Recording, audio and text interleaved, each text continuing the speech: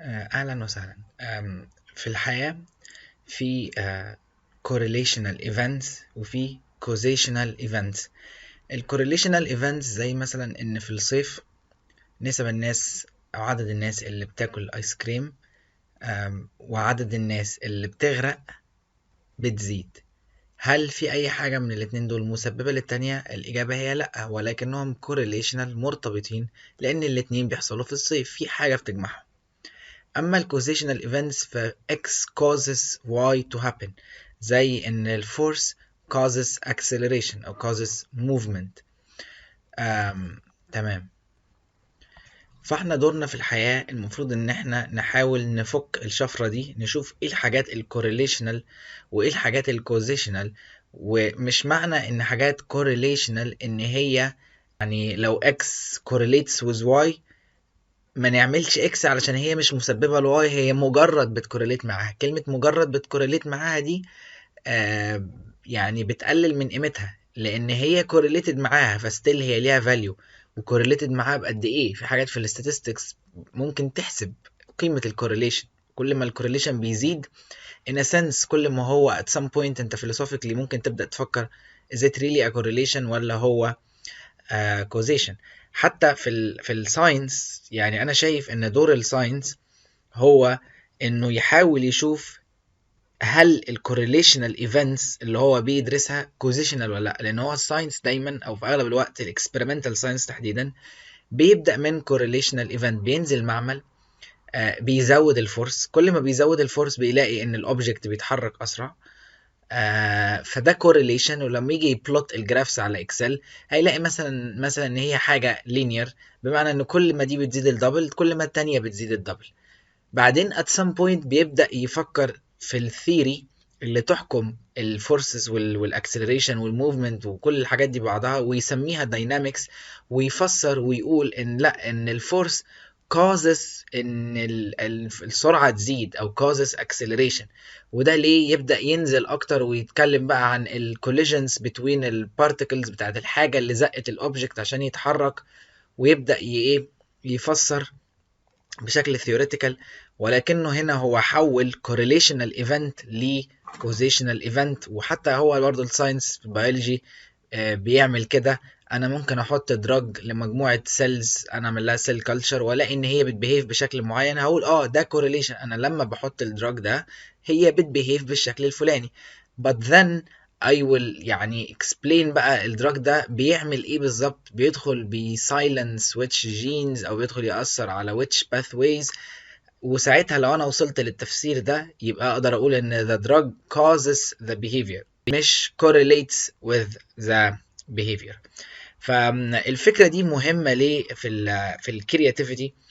مهمة في الكرياتيفيتي لان احنا في بعض الايفنتس في الحياة لما نعملها هي مش هتكوز ان احنا نبقى كرياتيف، او مش هتكوز ان احنا نبرودوس كرياتيف اوتبوتس او products، ولكن هي بتكورليت مع ده.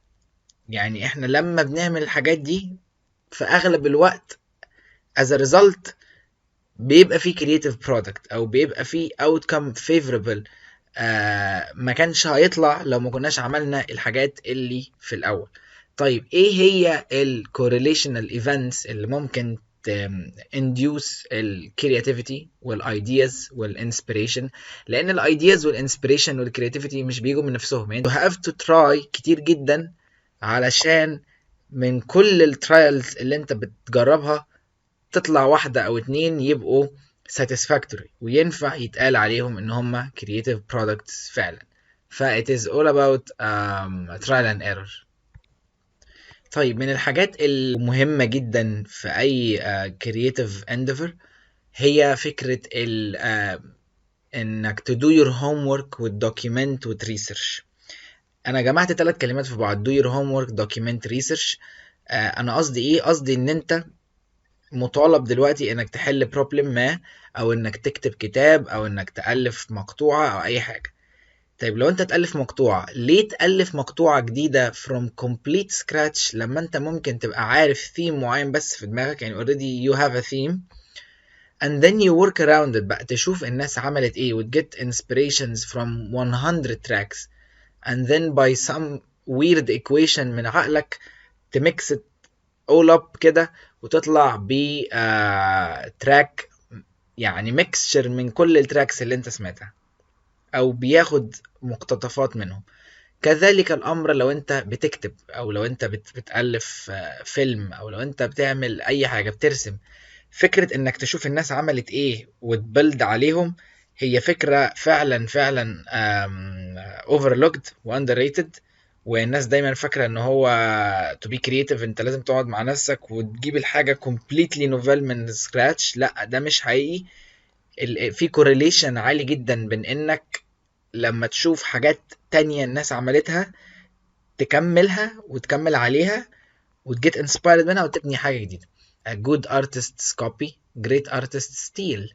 فيعني الكود دي فعلا لازم نتأمل فيها شوية، لأن هي يعني ممكن تكون نقطة فارقة في إن حد ما كانش كرييتيف أو ما كانش بيطلع كرييتيف برودكتس يبدأ يطلع ببساطة، بس إن هو بدأ يستيل in a sense ويشوف الناس بتعمل إيه ويجيت inspired منها. حاجة كمان هي ال environment. ال environment بتشكل تقريبا حوالي من 60 ل 70% من شخصيتنا، وال 30-40 الباقيين genetics. ال environment مهمة لأن هي ليها دور كبير في تحديد مسار الشخص، ميوله، اتجاهاته، معتقداته، وحاجات كتير. الكولكشن ده على بعضه مع الجيناتكس طبعا بيأثر على الطريقة اللي الشخص بيشوف بيها العالم، وبالتبعية الكرياتيف برودكتس اللي هو يقدر يعملها من خلال رؤيته دي. ليه أماكن زي باريس والسيليكون فالي والحاجات دي نقدر نصنفها على ان هي اماكن للفن والكرياتيفيتي والكرياتيف برودكتس؟ لان الانفايرمنت على بعضه بالسيستم بالناس بكل حاجة، السيتي نفسها بالفايبز بتاعتها بتموتيفيت ده جدا. حاجة كمان الكونسترينتس. الكونسترينتس يعني paradoxically كده ممكن تبان ان هي against الكرياتيفيتي وبتسبرس الكرياتيفيتي، ولكن بالعكس تماما. الكونسترينتس من الحاجات اللي ممكن جدا جدا تفلورش الكرياتيفيتي، لان هي بتخليك تشتغل في سكوب اقل، وهتطلع من السكوب الاقل نفس اللي كنت هتطلعه بالسكوب الاكبر، فده اصعب. فit's mentally challenging جدا لان انا بطلب منك value of 10x من input x، ونفس الفاليو ال 10x ده انت كان ممكن تجيبه من input 5x، بس انا حطيت لك constraints قلت لك لا انا عايزه من x بس، فانا عملت لك compression 5 times واكسبكت منك نفس الاوتبوت. فالكمبريشن ال 5 times ده هيطالب منك بعدين ان هو يبقى increase in 5 times of المنتال capacity بتاعتك والافكار اللي انت هتفكر فيها والdivergence in thoughts اللي انت هتعملها علشان تحاول توصل للاوتبوت اللي انت كنت هتوصل له بانبوتس اكتر بكتير. مثال على كده في كاتب فرنسي كتب كتاب، الكتاب ده اكتر من 300 صفحة، ما استخدمش حرف الاي ولا مرة في الكتاب ده.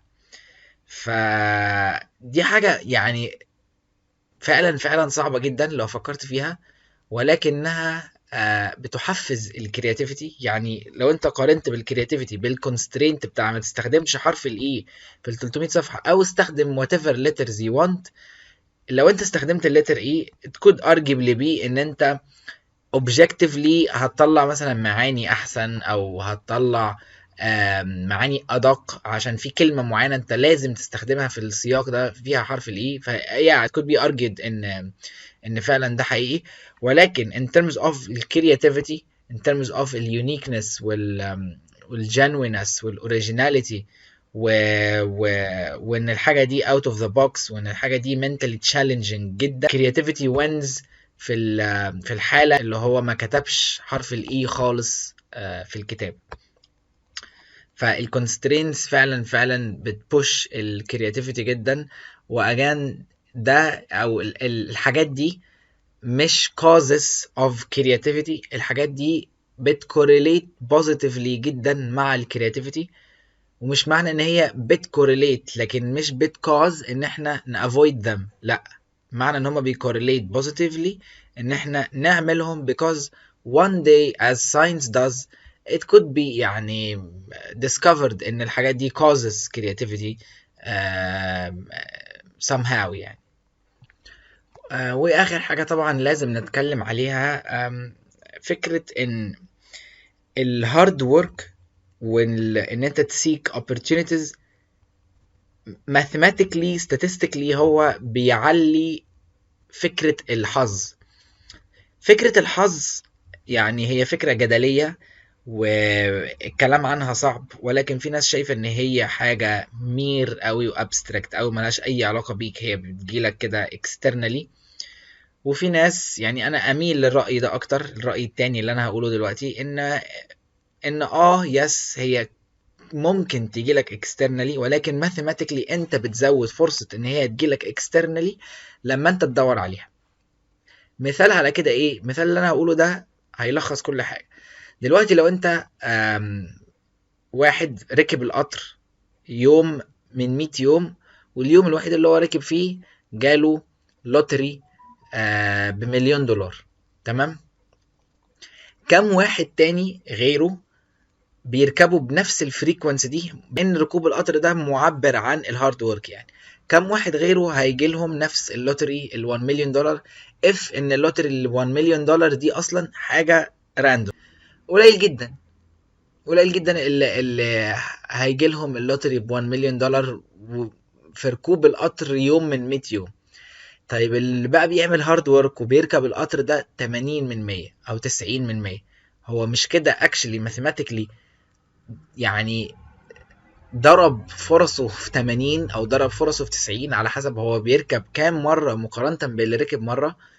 اصل هو الحظ يعني ما عندوش مشاعر، مش بيفرق، مش بيقول هو ده ركب 80 بس انا ما بحبوش فمش هديها له، او ده ركب يوم واحد بس انا بحبه فهديها له. لا، هو الحظ بيجي، انت بتحاول تدور عليه، ماثيماتيكلي انت بتعلي فرصة انه يحصل لك. ده لا يعني انك بتضمن انه يجي لك، لا، انت ممكن تتعب وتعمل حاجات كتيرة جدا في الاخر يجي لواحد غيرك، ولكن انت لما بتتعب كتير وبتحاول ان انت دايما تسيك الاوبورتونيتيز، انت ماثيماتيكلي بتزود فرصك ان هو يجي لك، مش اكتر. ماثيماتيكلي بشكل ابستراكت يعني ان ثيري بس، ولكن هي يعني على الاقل لوجيكال اكتر من انت تقعد كده ويجي لك الحاجة ونقول بقى لك يعني. في رواد للمدرسة دي، ولكن أنا مش بحب الفكرة دي قوي، وأميل لفكرة إن اللك يعني ليه mathematical component أو ليه statistical component. بس وبكده أنا أكون خلصت الحاجات اللي أنا قلتها دي ليها ارتباط أساسي ب إن إحنا نطلع creative products، سواء big C أو little C، يعني ليها contributions في الاتنين عادي. وشكرا.